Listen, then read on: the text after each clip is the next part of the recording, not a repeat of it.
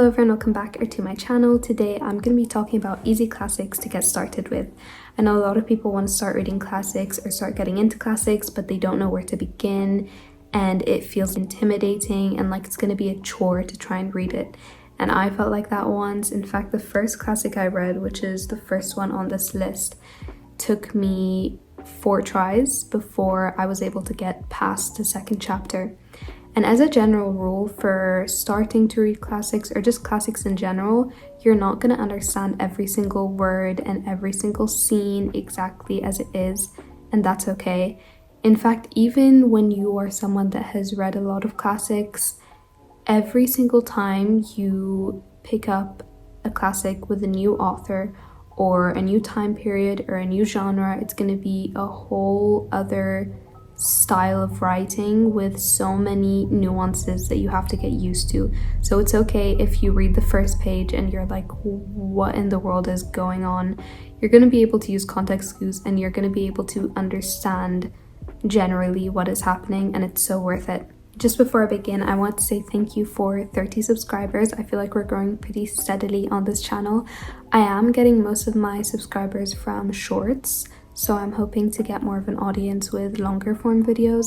I'm going to be doing all sorts of book content, reading, writing, poetry, and some vlogs here and there. So if you're into that kind of thing, please make sure to like and subscribe. So the first classic I'm going to be talking about is Little Women by Louisa May Alcott. So Little Women is about these 4 sisters, the March sisters, who all have very different personalities and hobbies. They're different ages and they're pretty poor. They're living with their mother and their father's off at war, and they get a new neighbor who they're very interested in. He's much richer than them, and it's sort of slice of life, and they're just navigating life and through this like siblinghood. They're so close and at the same time they argue, and as someone with siblings, it was so relatable and fun and cozy. This book is the epitome of cozy. If you ask me what a cozy book is, Little Women is the answer. This one was pretty easy to read, it's relatable, and if you like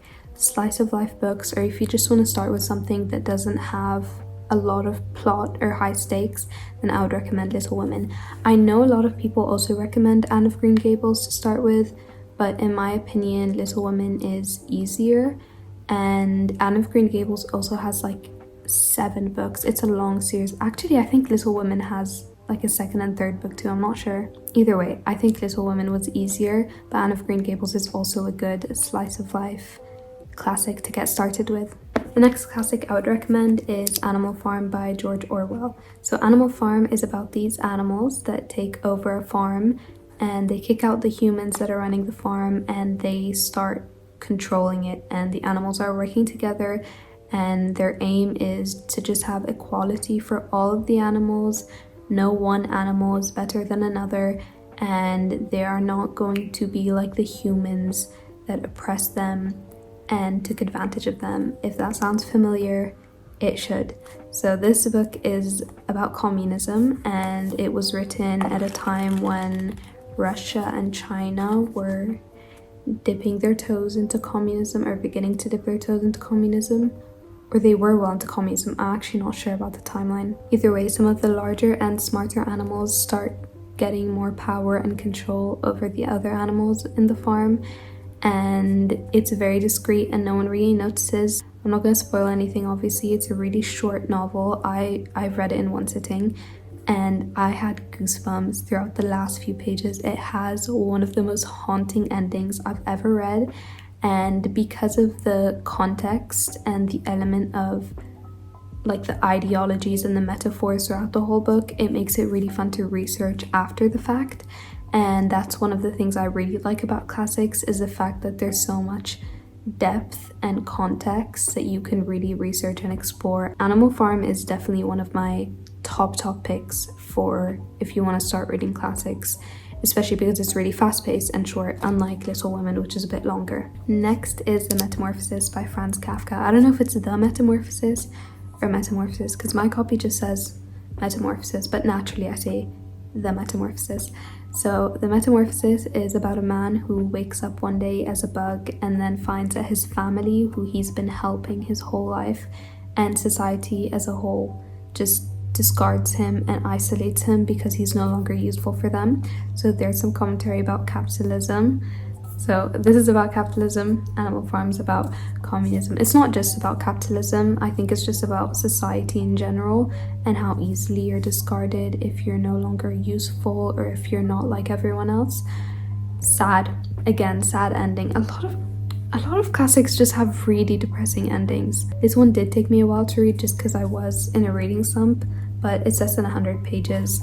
And it's worth it because I think after reading The Metamorphosis, if you want to keep going with Kafka's novels, then you should read The Trial, which I loved. Also, you can delve into the context or backstory of Metamorphosis because Franz Kafka himself felt really isolated by his family and his father in particular. There's a book or like a what's the word? Collection of Kafka's letters to his father, which are really sad, and you can see the links and parallels between those letters and The Metamorphosis. Next is a controversial one, The Catcher in the Rye by J.D. Salinger. This is controversial because a lot of people hate this book. Oh my god, it matches my sweater. I love The Catcher in the Rye and I don't understand why there's so much hate for it, honestly. So The Catcher in the Rye is about this angry teenager who runs away from the boarding school that he has failed at, and he goes to New York and he just sort of roams around it on his own. He lives in New York, but he just stays in a hotel and just explores the city on his own. A lot of people don't like it just because they think Holden, the main character, is very whiny. But I don't see that. I just think it's a different perspective that's not really conventional for usual main characters in books, and I thought it was super atmospheric for New York at the time, and I felt bad for Holden, and I think a lot of people would relate to Holden. It's easy to get through. I read this in like 2 days, even though it's like 340 pages. It's a more modern classic too, so that's probably why. And the fact that he's exploring the city and talking to a lot of different people and people with different social standings, you learn a lot about society and how society was at the time. I love how atmospheric this one is. This is one of the classics that I think guys would prefer, but I enjoyed it and I think anyone would enjoy it. Next is Black Beauty by Anna Sewell. I have 2 copies of this because I love it. So in Black Beauty, we're following a horse from when he's very young and then as he's passed from owner to owner. This is set in a time when, and it was written in a time when horses were still used for transport primarily. And this one is so sweet and cozy. There's also some sad scenes, there's some intense scenes. I usually don't like following animals in stories. I find that I get pretty bored and obviously I don't really relate to it much, but I love this one, especially because he can communicate with other horses, so we get some dialogue and he can understand humans. This one's really good to get started with. It's so simple and easy to get through that it was deemed as a children's classic, even though when the author was writing it, she didn't intend for it to be a children's classic. And it's written so well. I learned so much about horses and like the technical terms for horses and how they were treated at the time without it being shoved down my throat. And finally, I have Alice in Wonderland by Lewis Carroll. So in Alice in Wonderland, I'm sure everyone knows what it's about, but just in case you don't, it's about this girl who sees a rabbit running with a pocket watch and she follows him and falls down a rabbit hole and finds herself in this strange wonderland where everyone is mad and crazy and there's like talking creatures and animals.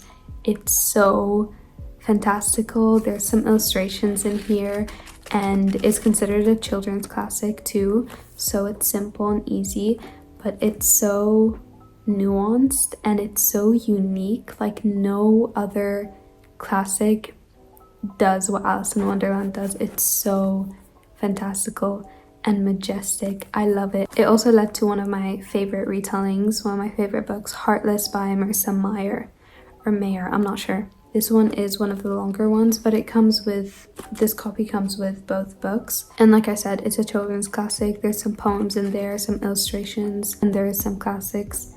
There is some context to delve into.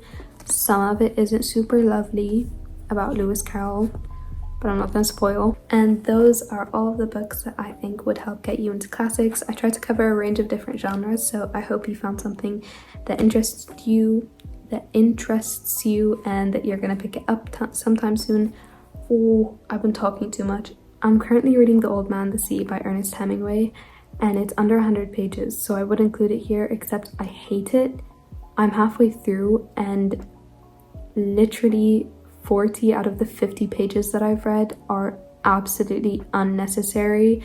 I don't know why he goes into so much detail about the most mundane things, and not even like, he's not even describing it, you know what I mean? But it's just, he spent a whole paragraph talking about how this man reached and stretched his arm and cracked his elbow as he was reaching to get the water, and then he opened the bottle cap and then took a sip of the water and swallowed it and then put it back.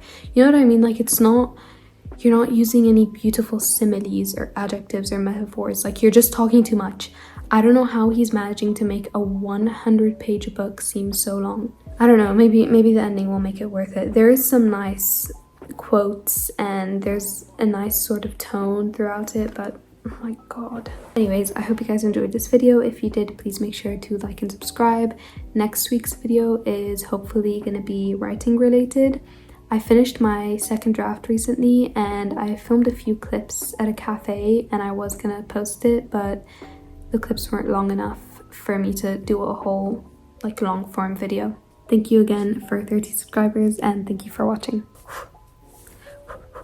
Copies of we kind of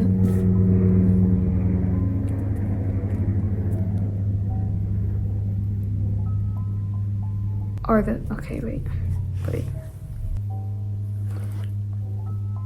please make sure to like and subscribe.